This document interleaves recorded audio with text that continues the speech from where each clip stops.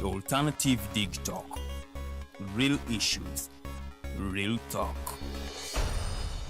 At first, we hit your gadgets with our state-of-the-art digitalized mobile studio with the debate on the road behind the wheels. Later, we launched our magnificent studios located on Plot 1A, Sewagude Close, Lukulinanganda, Machindye, Kampala, where we bring to you our must-watch shows like The Mighty Drive, Monday to Friday, 8 a.m., Hotline, Mondays, 7 p.m. As for legal matters, Twins at Bar, Tuesdays, 11 a.m. Wednesdays, 6 p.m. is Afro-Caribbean Link, where we connect Africa with the Caribbean. Voltage on Thursdays, 7 p.m., featuring a youthful panel. Interface with Dr. Kiza Besije every Friday, 12 p.m. with his call to action against injustices. Snap Talk, Saturdays, 6 p.m. with the trio. A must-watch, The Political Dice, Sundays, 8 p.m. with the duo that never stammers, and so much more. Watch us live on all our social media platforms. We are The Alternative Digitalk. Real issues, real talk.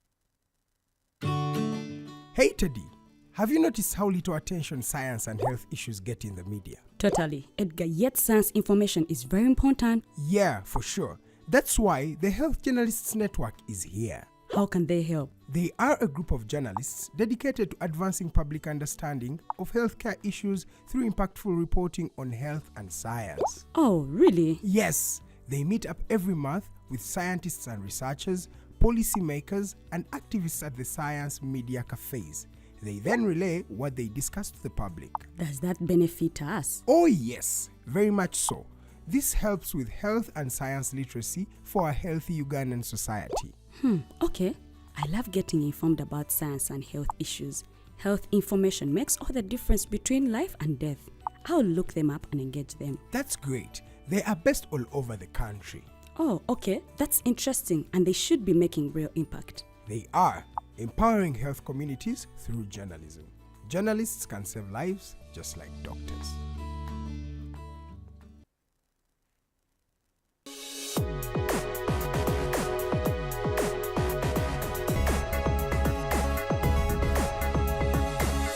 The Alternative Dig Talk. Real issues, real talk.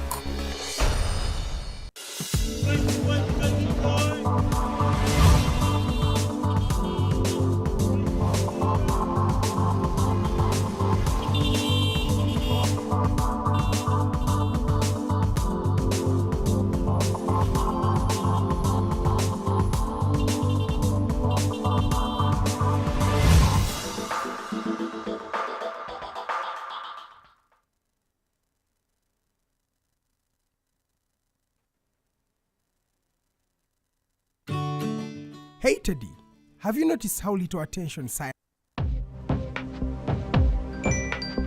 Go to the church, though. Tawali man, what's up? Man, can you imagine people just dump everywhere? Someone drinks water and throws the bottle wherever. Come on, Rogers. What else do you expect people to do with an empty bottle? Simanya now, recorder. Did you know that plastics take at least 450 years to decompose? What? That's a long time. Exactly. Because plastics are made out of a lightweight and flexible material that doesn't decompose easily.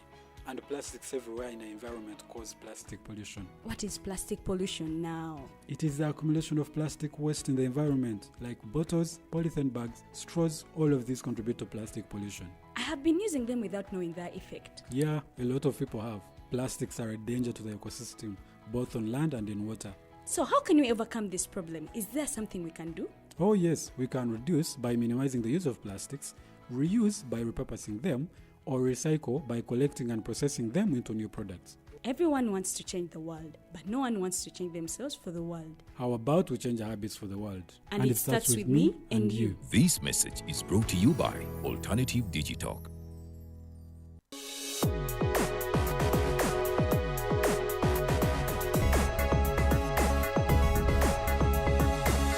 The Alternative Dig Talk. Real issues, real talk.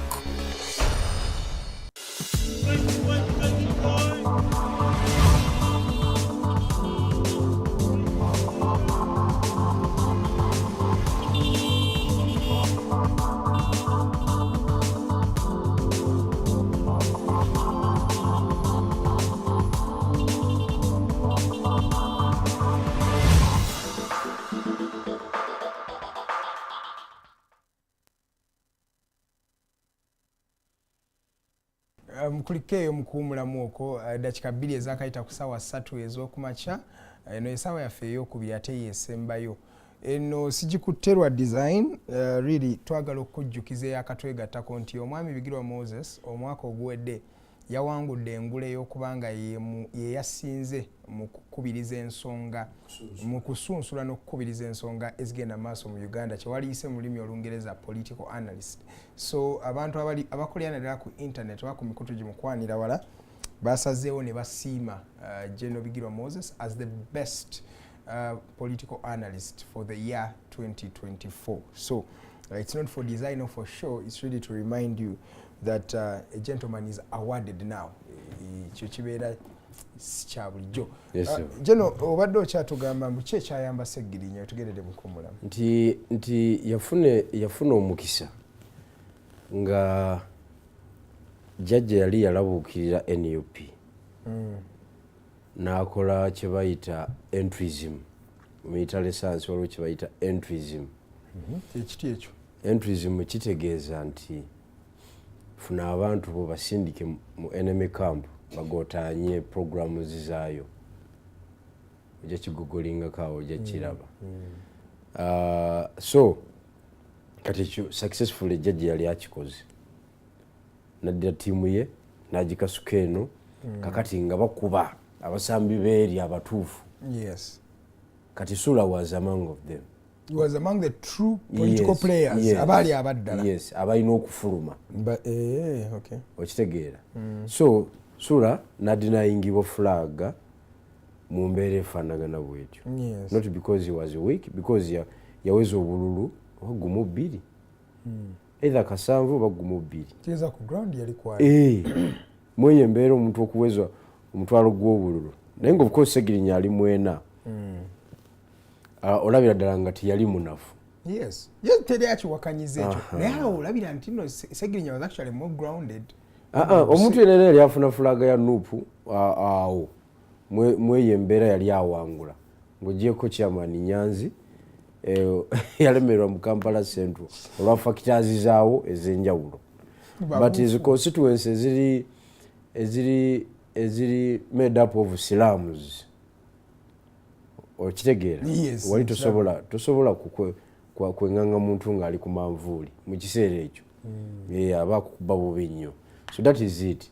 Kivula buli gwe bagiwa yagukuba muki munda okujjako meya ne Kampala Central.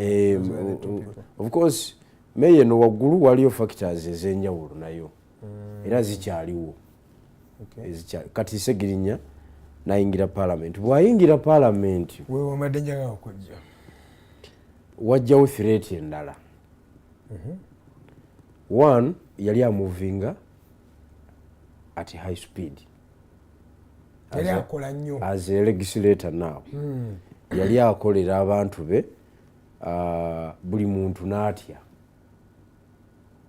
Ababaka banne ne bamuteekako embeera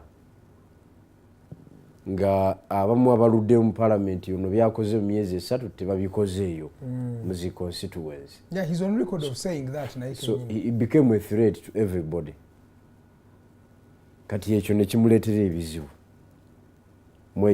kweyo level.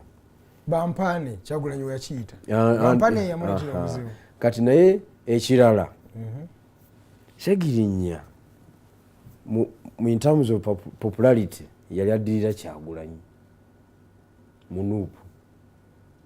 That is numbers in Facebook following. Yalina emitwalo aga.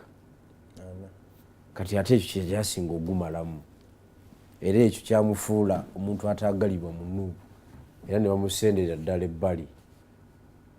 Ddala because omukulu yagamba omwana alagawa. You want to say teyayagalwa munuupu. Nze nkubuulira ebintu nze birimu. Era ne bamuteekako ekikono nga takyasobola kusemberera muki mukulu. We had meetings nga Ssegirinya abeera eri mu parking. Tamukkiriza kujja mu kifaananyi kya mukulu because alina following. But ate nga yali ayagala nnyo omukulu era teyakyogera nako nti Ssegirinya nga tasobola kulaga eyo mbeera. Enjawulo ye nange ng'ate bimunyigiriza munda tasobola kukola ki kubyo yavuga interest because ye yali wa interest ze. But a man like who can even say let him speak for 5 hours on my funeral. Nayogera ebyo nayogera passion. He appreciated the flag. Nayogera n'eki nagamba abantu basatu nagamba nze wano nsinga kwagala kabaka wange then Kyagulanyi then mama wange then Kyagulanyi then kabaka. Anti kankugamba a man like that chogamba katika nkubuli asobola okwagala abantu abatamuwagadde obadde ki gumayo bunanfuusi obuli wali ati kyembuza asobola okwagala abantu abatamuwagadde golowooza nkugambye yatekinga advantage ya olutalo olwali mu Nuupu n'afuna flag and it was a big deal to him.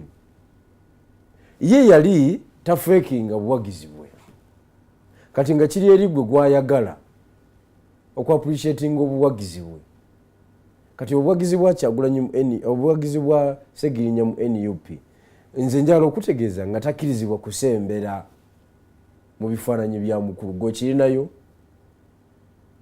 paka wano juzi ngaali nga buli muntu alabira ddala nti Ssegirinya muki mulwadde walabira ku kifaananyi kye n'omukulu gw'obirinayo yakolanga ziraivu ng'akolera mu motoka ng'edi muntu okumusanga ng'agikolera awo kumpi n'omukulu lutalo bamutwala akaguddeyo kati okwewala embarrassment eyo n'agikolera mu mmoloka ye. Okitegeera. So what I'm telling you it is the truth. So ne lutambula naye omwo naye nga byankokola kati omukulu ye yeekengera nambaazi z'ono kati omukulu yafunamu ekifaananyi nti Ssegirinya ono oba state eyagala mukozesa to take over.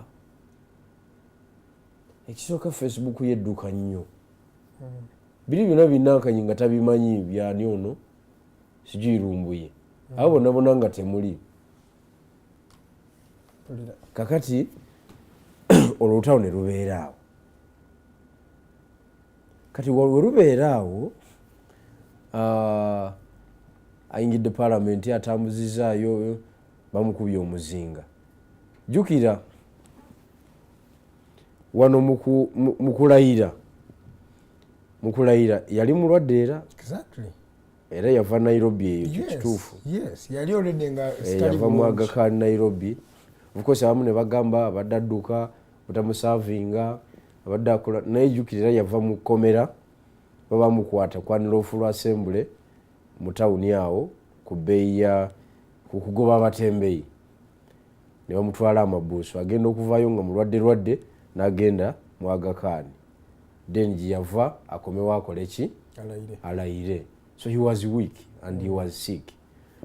Ne tutambula naye awo mu mbeera ey'obulwadde kati tuba tukyali awo ne babakwata era bwemerera okujja ogamba mbu olino threat maybe baali bamulabanga threat okuva mu state nyate state yennyini ye yamwekwatira anti kyenkugambye threat yeeno si ya state threat mu opposition anti kyentegeeza anti oyinza bamu-infiltrate nga muba bebamukuba bano be balowooza sigaye nti yali plan ya state. Yes, and that's what I'm saying.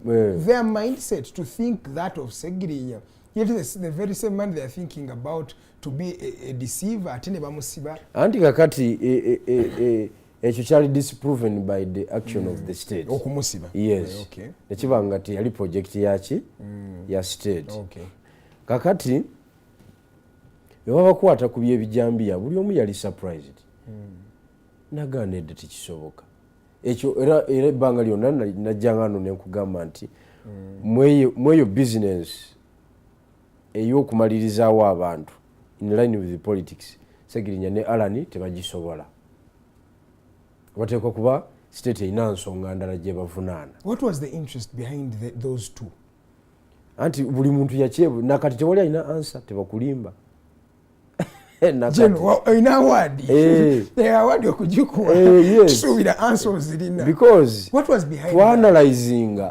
twanalizinga kuva ku personality. Nze nagenza nakola thorough research mweyo ensonga kubanga abantu abakwatibwa nalimba manyi ku personal level.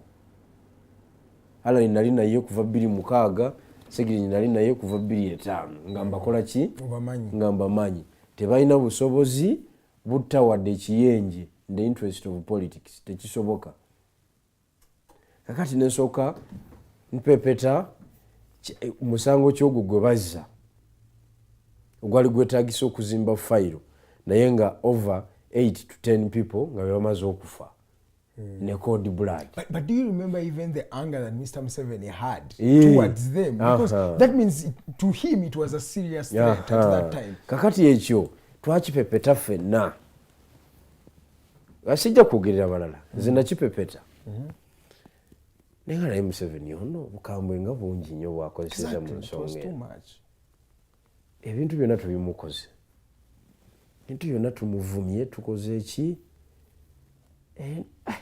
abantu bonna abacompromisinze abantu akoze nabo n'abaali abakambwe aba ADF abayina aba Joseph Konya abayina naye takambuwalangako kutuuka ku eno level.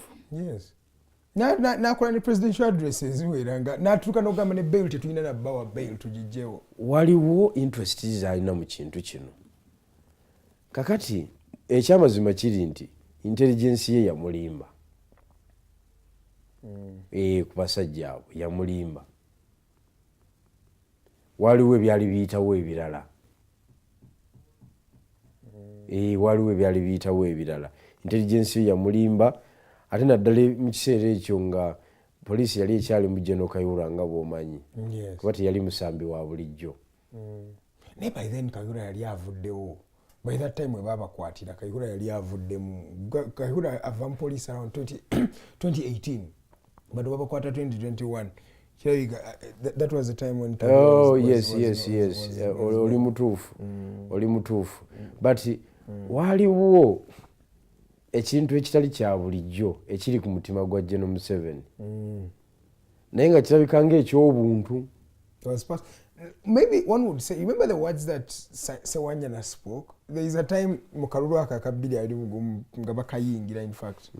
Ssegirinya yayogera ebigambo bingi afe Museveni abeere bw'ati yayogera ebigambo bingi ebyali nenewunya n'amangi yali agajje. Should we say that was also ebyo temuli naawe ebigambo because mwe yagamba yes mwe yagamba nebino ebigambo Ssegirinya byakozeseza because si bye bya normal politics.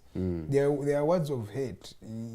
Kyonna kyekiri gw'omanyi obubaka obuyise ku mitimbagano egy'enjawulo Museveni n'abitunuulira because yalina tolerance. So do you think that Ssegirinya entering parliament was a fundamental reason for leading to his death? No, eno gye tumalidde of course olabye nga kimuviiriddeko kuba yatuuka ekiseera n'aŋŋaana okuŋŋamba nti Bigirwa ekyaneesimbisawo ku bubaka sikimanyi singa nasigala mu bwakansala bwange ng'alaba obulamu bugenda. Naye ng'olwolugendo yalaba omusajja ng'agamba naye Ssegirinya the mistake gye yakola agenda mu parliament kubanga singa yasigala mu life ye eya bulijjo. Kakati eri mu Nuupu he was a threat because of his following era ne bamusidelininga. Kyovulaba ne bwe yali bo basigala babuuza ebibuuzo eby'amaanyi ng'ali munda ne bwe yavaayo ebibuuzo eby'amaanyi byasigala bikola ki bijja. I remember.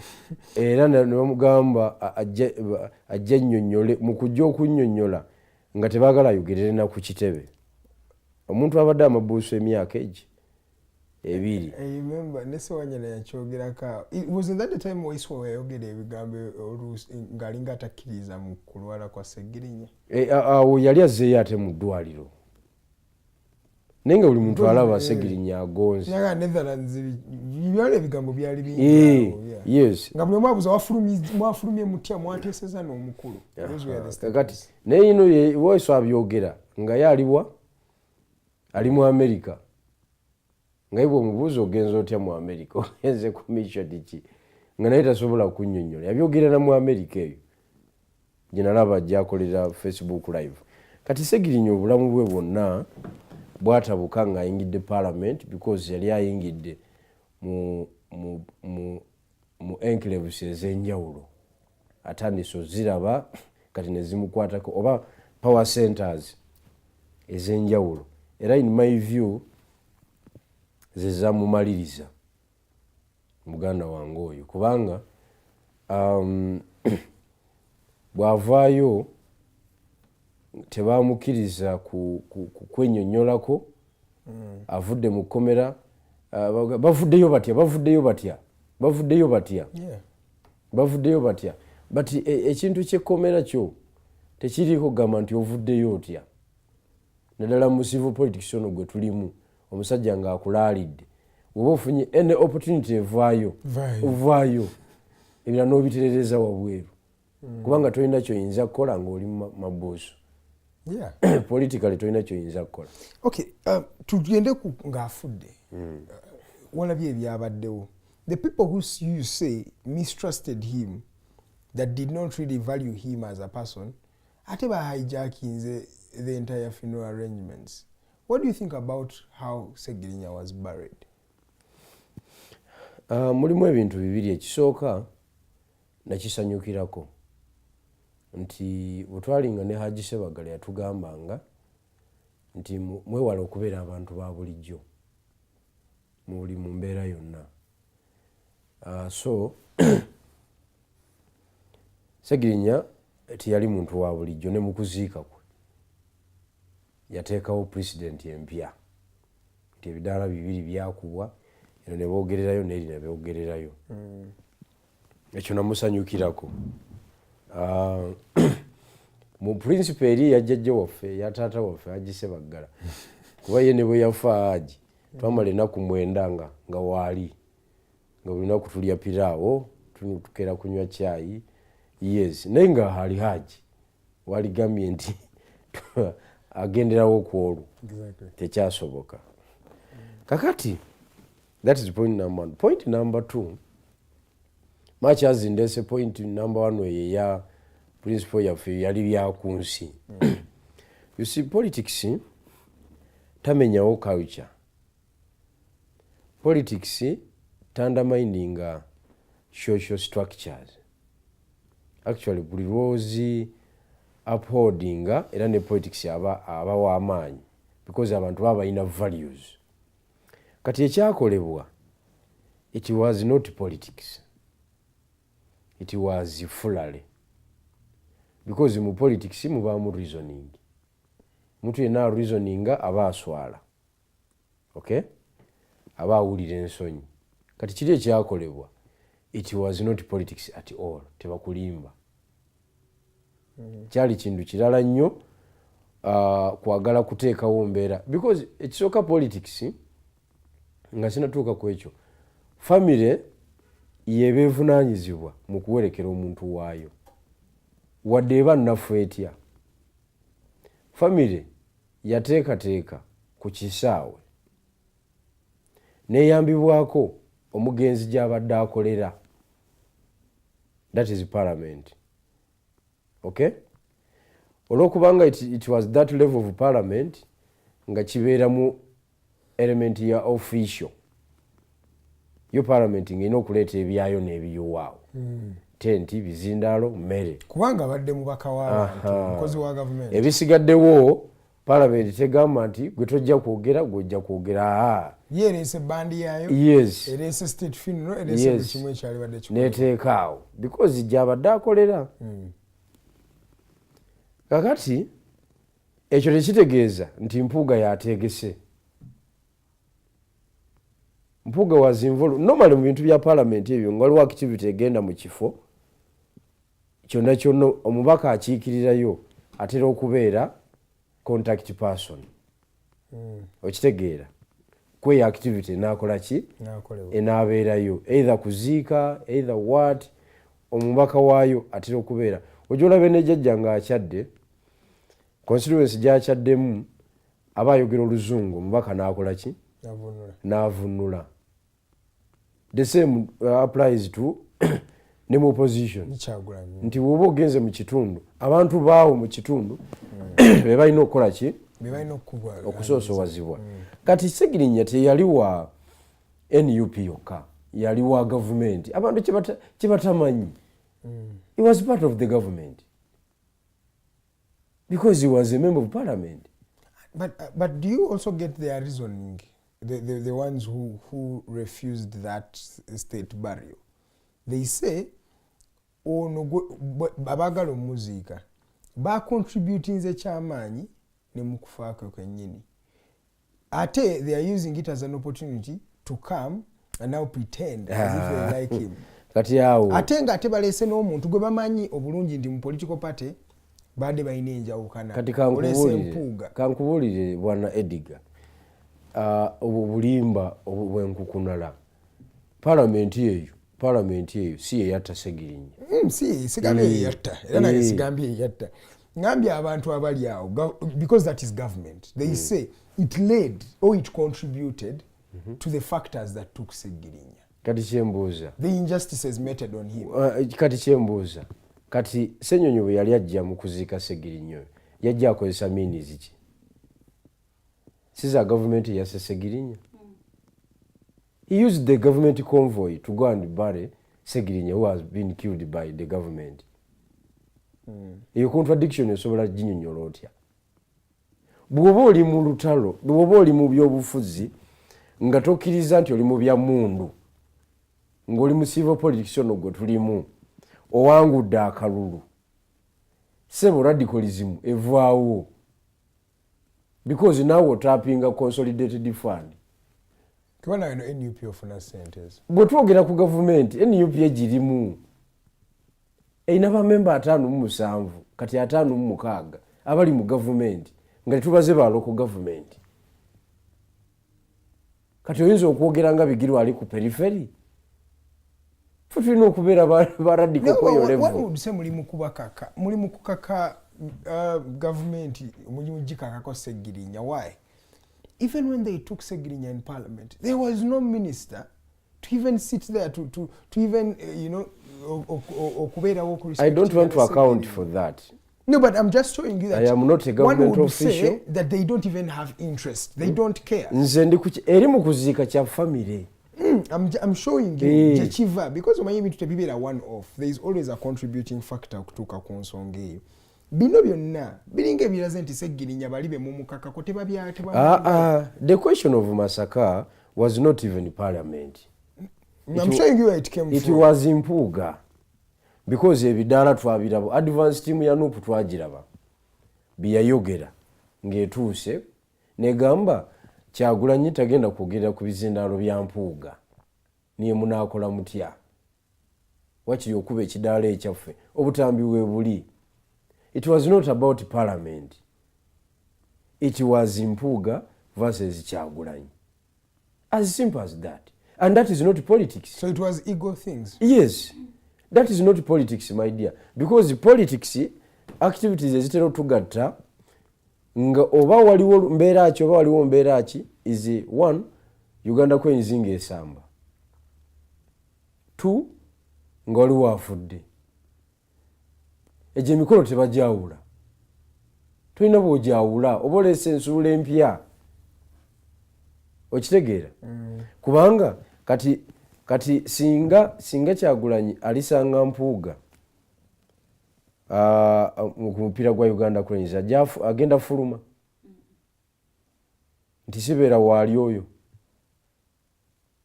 Singa ali musanga mupiira gw'amasaza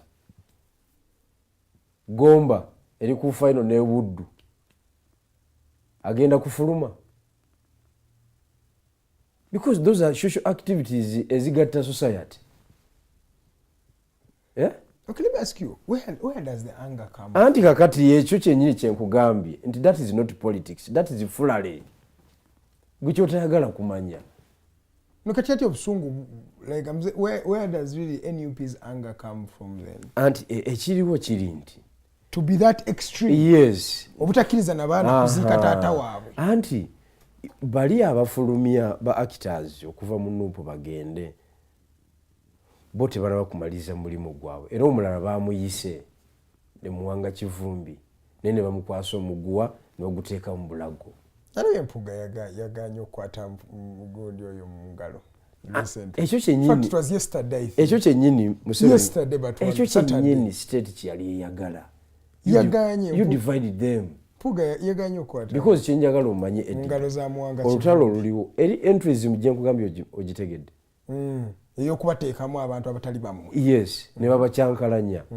Mpuuga muwanga kivumbi Namboze, Kasibante, Lukwageriasi, ono Mutabuliki, Semuju. They were a team. Yes, and that team was building capacity. And that team is a Muhoozi generational team. I mean a Muhoozi generation. Yeah, okay. Kakati, General Museveni tasobola kutuula. Kuba ye General Museveni amanyi factor bbiri ezimuwa power. The army factor and the Buganda factor. Tazanyirako. Okitegeera. Katayagala the Baganda to organize, to be prepared for power, because alaba amaanyi gamuwedde akuze naye bwaleka organized groups zijja kutawaanya oli omusajja we gwalina. So you dismantle them. Era succeeding. Because that's the truth. Yes. Because there is a faction between Mpuuga, Semuju, then this gentleman, the lawyer, Medad Sebona. Obalaba mbu nabo kati balinayo clique yaabwe. Ate kati ojawulyanga Segona undermining Kyagulanyi, not even directly but indirectly. Then you realize that they are at loggerheads. No, what General Museveni wanted to achieve is to disorganize the organized group eyali egezaako okuzimba project.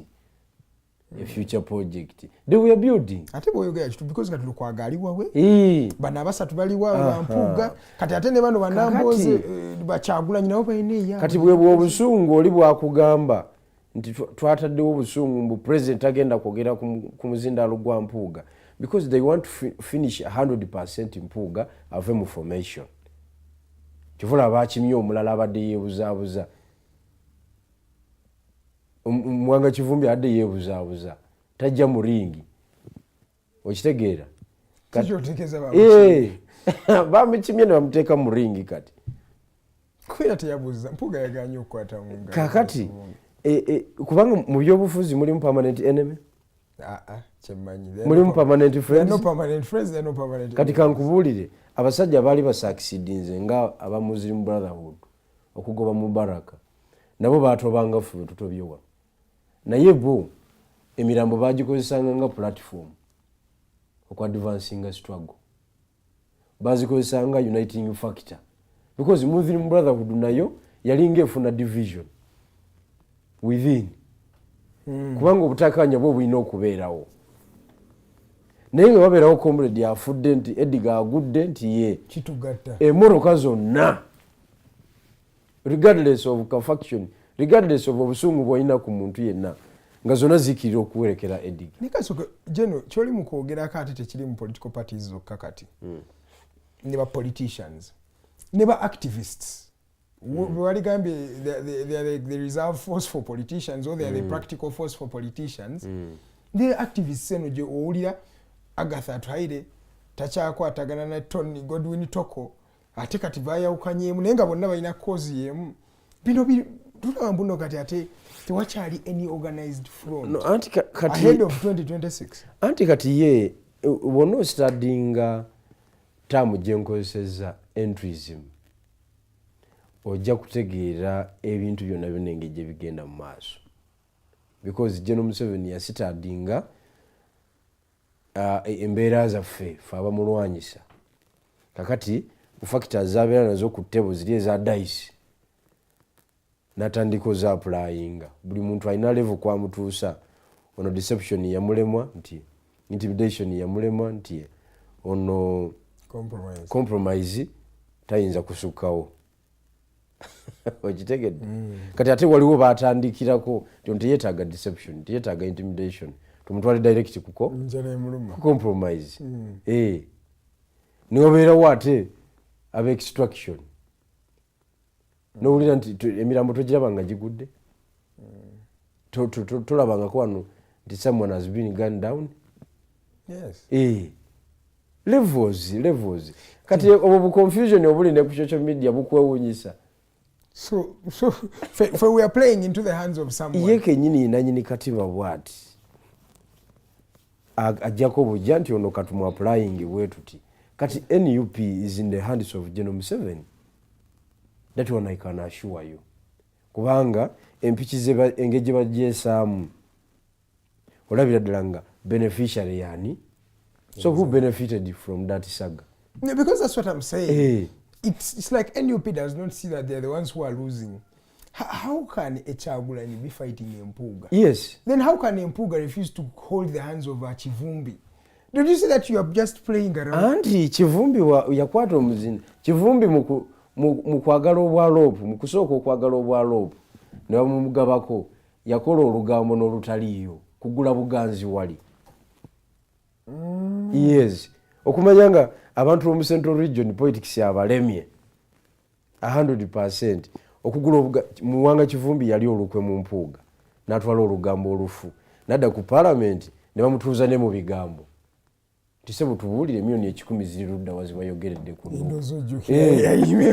ziri ludda n'ali ebigambo okibulidde because he was lobbying the office era Kyagulanyi n'alaba nti abasajja temuli makulu eri ttiimu ya Kyagulanyi enkugu negawe tumutuusiza bwe tumwagala kakati n'atakomaawo n'ayita Mpuuga embwa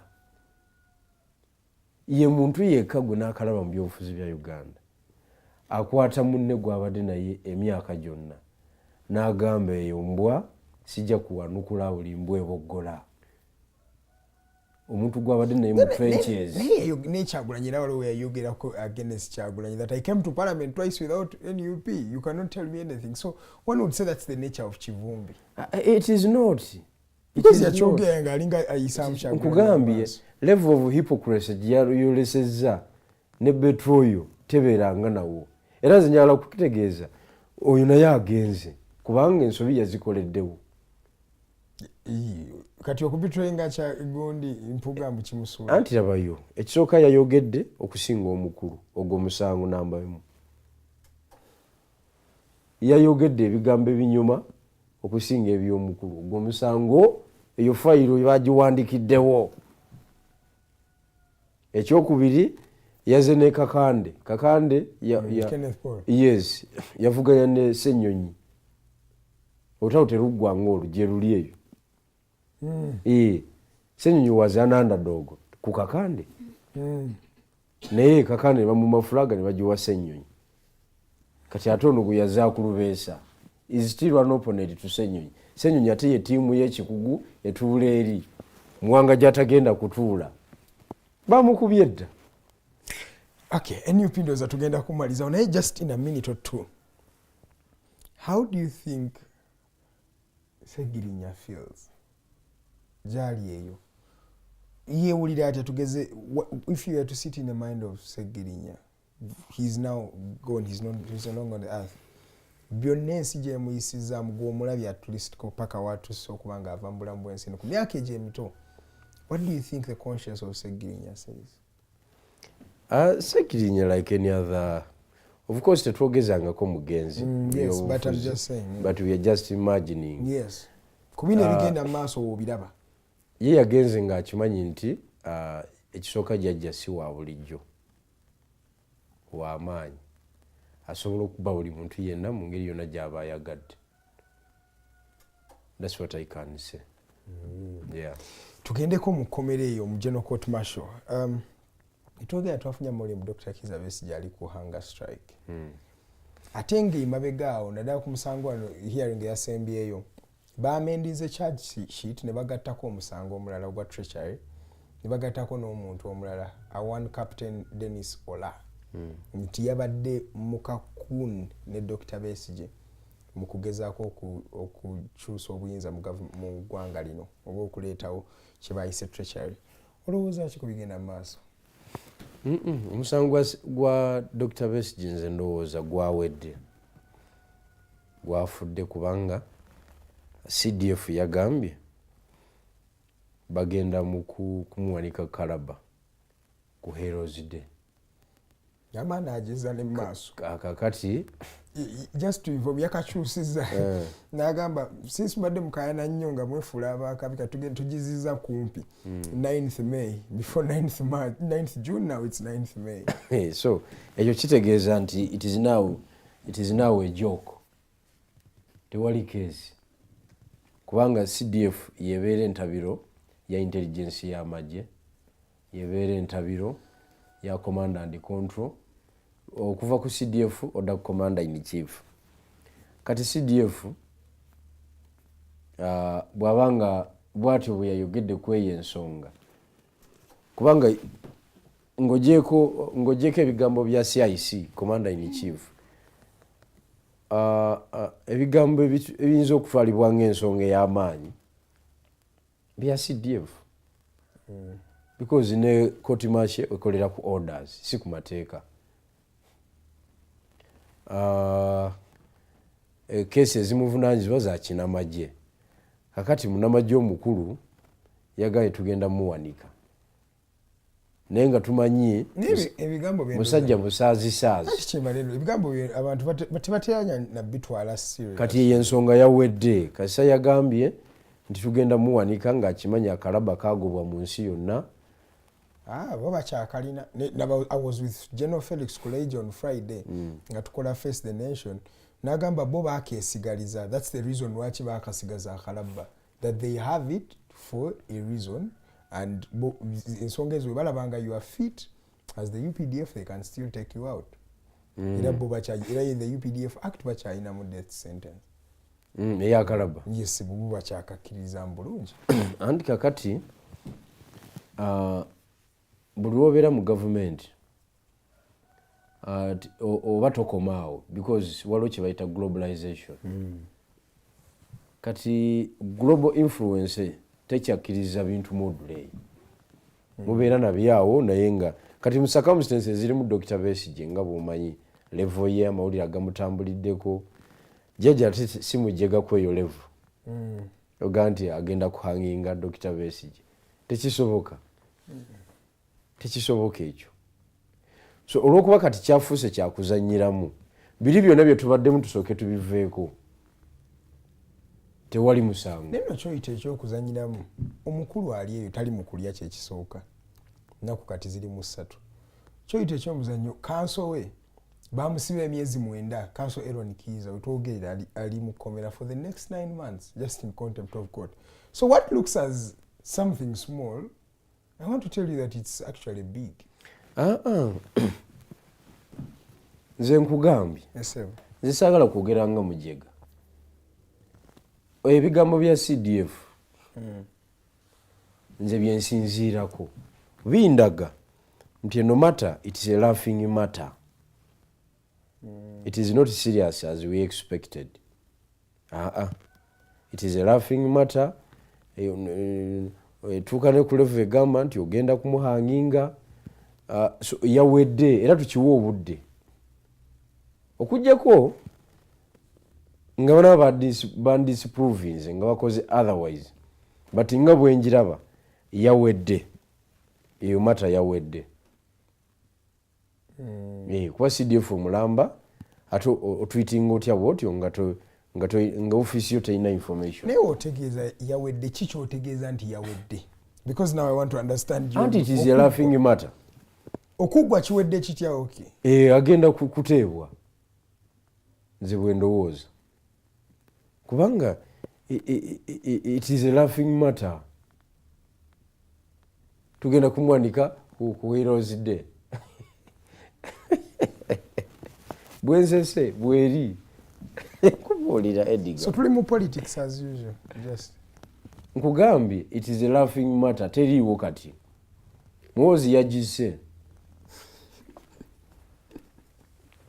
Muhoozi yagise era tewaliwo mulimu awo.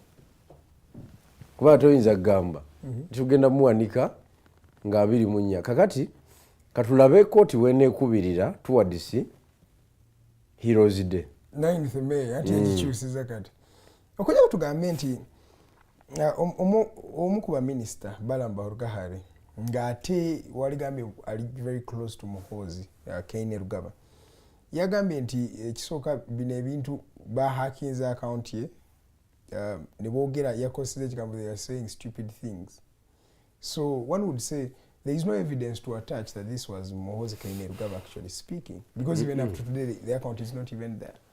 Kati bekwekamu ekyanti because internet bakimanyi nti omuntu asobola okuhakinga mu account yo bekwekamu ekyo naye nga the truth is ebigambo bya mukulu nabo bakimanyi. Then kati gwatero nnyo okwagala omukulu ono mulaba. What is your thought behind a man who tweets n'agamba leero ngivuddeko n'adeactivating account n'akomawo ate after a few days ate ne bagideactivating like eyo yonna catastrophe neyo scenario yonna. What do you read about it? Yeah. Kakati ye generating a debate of course. Ayagala okubanga neyo gyali mu office etakirizibwa kwogera byabufuzi. Ayagala okubanga eddoboozi eritambula. Okitegeera. Mpulira sebo. Era nga likola ki? Era nga likubaganyizibwako ebirowoozo. That is the strategy. Kubanga talaba office ndala kati gyalina kutuulamu kujjako taata we gyakola ki? Gyalimu. Kati debate eno mu field yalina ogitulekera nga tumudebatingako. Aba akola. Yaba atambula wali publicity. Aba akola. Naye kati ffe abali ku ludda oluvuganya tulina okuanalyzinga bulungi nnyo situation eno. Kubanga omukulu olwalira ajja n'atweetinga n'awaana ono n'akuba ono n'awaana ono n'akuba ono. Nalo ne weyanampuuga. Nakatalaba nga munawe kati strategically akikozesa nga jjajja bwakola nti gwowaanye ate oba omukubi mu maaso g'abanne ne mu maaso g'abantu population. Iyo strategy ya jjajja kuba kati bo ebigambo bya butwa the moment kasita akumentioningako in a good way nga gwakufulumiza. Kakati gwe baagala okumaintaininga ye basigala bamwogerako ebigambo ebikaawo because ye musajja akugamba nti singa si taata wange ono alibadde mutemyeko omutwe. Agamba Kyagulanyi. That kind of inflammatory statement si ya bulijjo. Aba agezaako okutegeeza population esigale ng'erowooza nti ono yali mu mbeera enzibu y'okuyigganyizibwa therefore yali ku front y'olutalo olutuufu. Kakati gwe Mpuuga ne banno you a good leader gwe tolina kyoyinza kukolawo okusinziira ku response y'abantu baba bakutwalamu. Era okyolaba ate abantu baba balowooza nti Mpuuga ate kati gwe olya nabo. Kati ekyo bali kye baagala okwachivinga because they don't want Buganda to organize. So then let me ask the question that one person asked that I said earlier, that Kyagulanyi is in Dubai, Besigye is on hunger strike in a military general court martial, battling 3 cases. Kakati ekyo kyo kati kiri ku busiru bwaffe bannayuganda. Ffe tulemeddwa okumanya olutalo luno. Ekyo let me tell you the truth. Obuzibu kati tebulina ku Kyagulanyi. Obuzibu buli ku bannayuganda. Ananga, I want to agree with you. Because wobanga munnayuganda oli seni n'olaba ebigenda mu maaso, you realize yeggweka oliweka. Kyagulanyi akulaze kyasobola okukola. Atya n'okugenda ku police post nti bamutaddewo kati takyayagalira ddala ku nsonga y'eggwanga. Bw'agenda wabweru tasobola ku meetinga any government officials.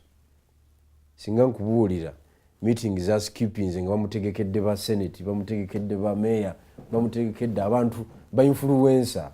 People who can actually change. People abanalizing and bogera nabo mu meeting na ogamba ogamba oti. Oyagala ki? Bebaita ba power give. Yes, oyagala ki? Tasobola kulinnyayo kigambo. Naye kakati ffe tulaba bifaananyi ebyo byadde meeting abannayuganda abaludde eri ate nga basasudde ne ssente bazze kubayimbira. As simple as that. Kakati ffe ne tubeera awo nga tulowooza mbu waliwo ekitambula. Okiwulidde diaspora tugikutte weya tugirina. Bali abazungu babuuza ebibuuzo bibiri about their interest and your policy, ku foreign policy yaabwe. full stop wabiddamu obulungi nga bo bagamba tutambule era balina abasajja babe wano balinamu interest olaba Nobert Mawoyo olaba Lwabwogo tebali nnyo wala nnyo mibalo by'abazungu according to my understanding. I am telling you. So they look like the serious tebali wala politicians mu bibalo by'abazungu bali ba power givers abamalayo kivulaba Lwabwogo waba ayogera ku analysis endala eri global era yayogera global analysis tadda mu bino bakimanyi tebikwata power ate ani yali agikutte mumpe bikoma mukuba mu lwali kati the problem is we the Ugandans. But okay, there is something that Mwenda has talked about, but also Nobert Mao has talked about it, to just dialogue with the man. Don't you think Uganda is at a point where we just need a national consensus and sit on one table to say, Mr. Museveni, tukole bwetu kati kankubuulire dialoguing over cooperation over negotiation over what with General Museveni ng'oli weak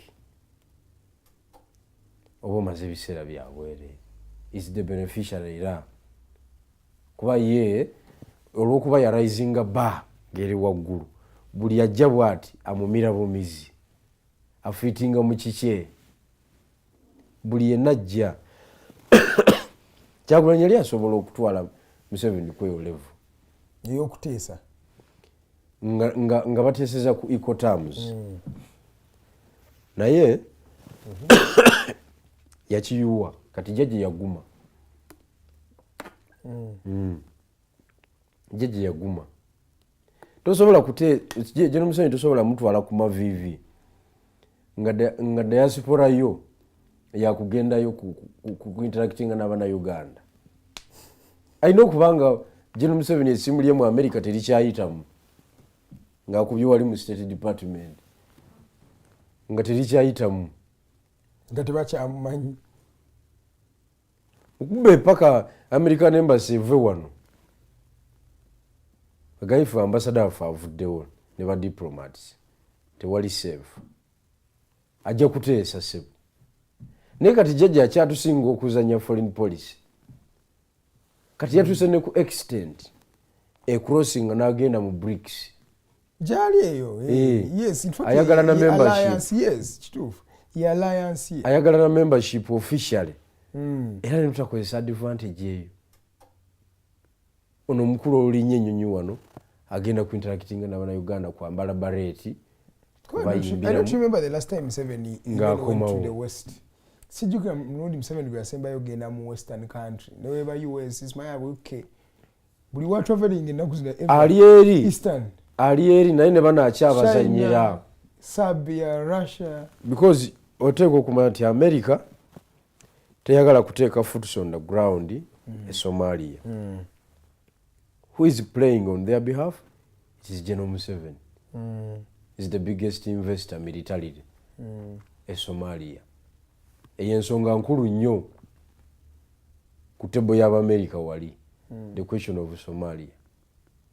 So Museveni China interests are playing as a western. Kwegamba tabaagala yabakyawa naye akyabazanyira empiki zaabwe. Okitegeera? Yes sir. The question of abanoonyi b'obubuddamu. Africa we are the first. Eyo nkulu nnyo kyovula abajjajja abeeyuna buli dakiika. Mujje wano. Teri refugee gwagaana. Mujje wano. Alina kumpi kakadde kalamba. N'ekitundu 1.5 million. Yes. Mujje wano. Amanyi kye kitegeeza atambulizaako ekisanja.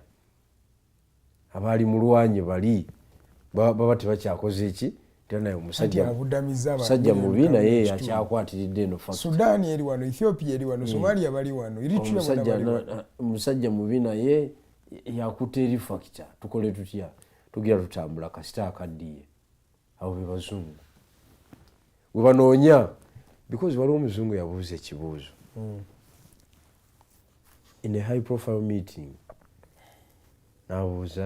yali abuuza bana Uganda nti in case General Museveni aseeredde mu kinaabiro era ne kaggwamu oba eggwanga era lirina okumanya nti kakoze ki kaweddemu. Do you have any opposition leader who is ready to take over in case that situation happens? Betunulako bwe bati nga tewali. Nababuuza, who is this man? He's coming and but you always see him. He comes here in the US, nakola ebivulu nayimba ne bana Uganda naddayo. And you are saying that he's coming, so he's doing what? He doesn't have time for this kind of engagement. And you are looking for power. So yalinga ategeza tebaagala buyinza. Yali si wa kujja nga yetajja.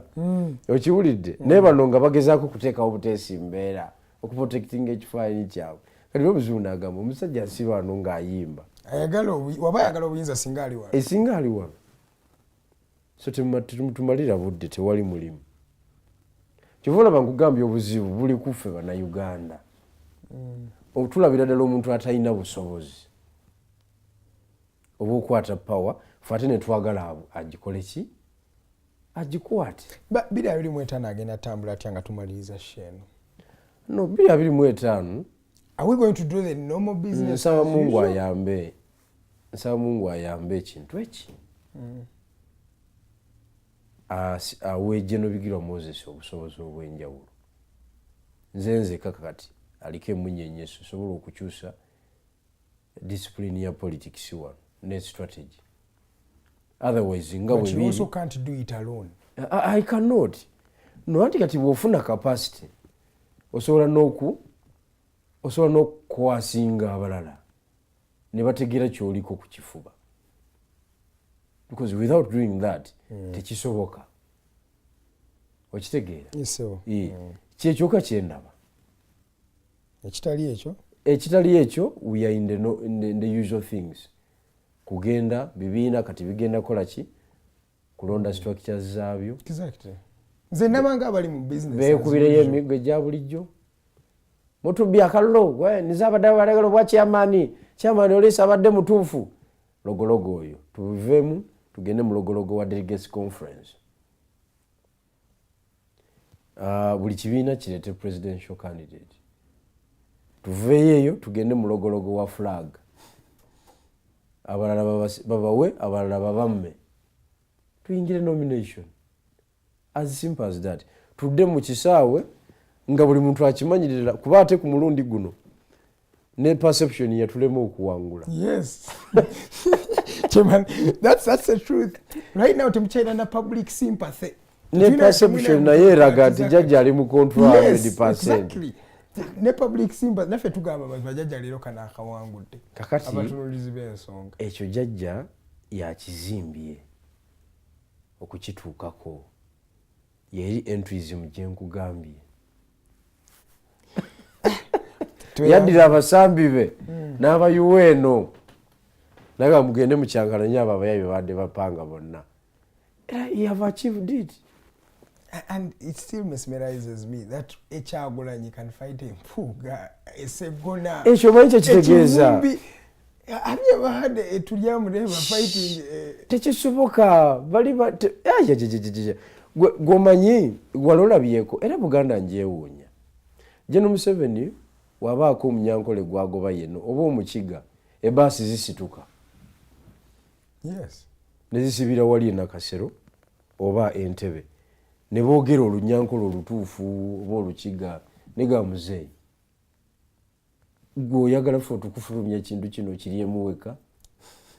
Obadde ki? Oyo omwana kwe tubadde tuzimbira naffe.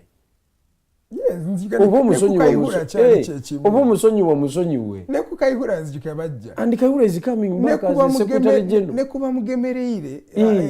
What's her name? No, Uganda Airlines. Jennifer.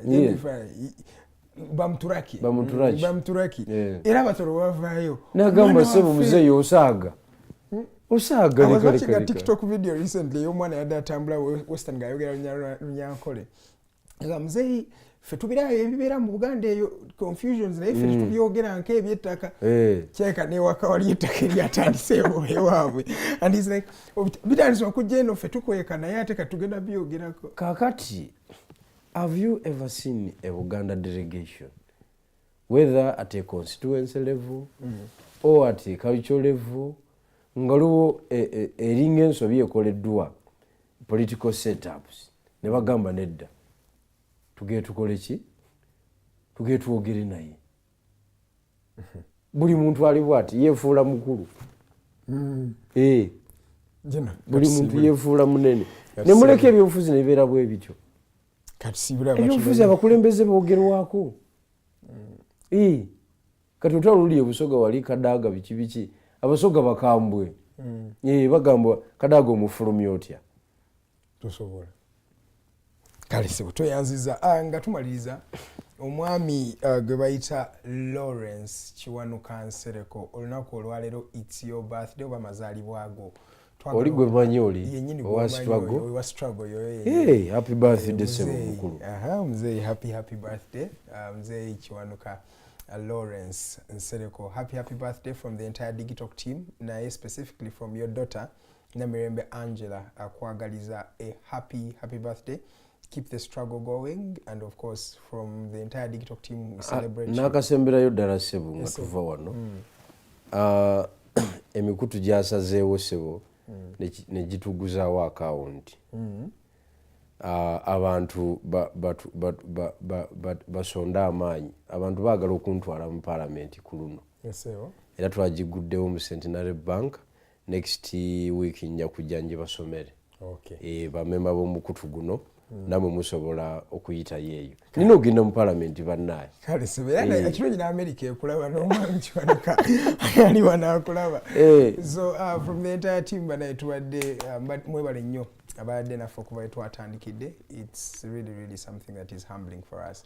Tujja balaba akawungezi ku lunaku olwaleero the hotline ejja kubawo eri wano ku ssaawa emu ey'akawungezi mu lulimi Lungereza tugenda beerawo paka ku ssaawa 3 tosubwa n'olunaku olw'enkya era ku ssaawa 2 tubeerawo wano as the Mighty Drive Show. From the entire team, God bless you, and of course happy birthday Mr. Kiwanuka Nsereko. Happy birthday. Good morning.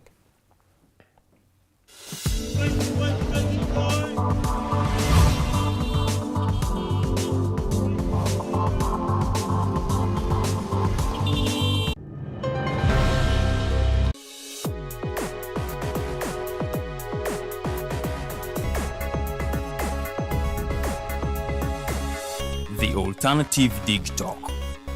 Real issues, real talk.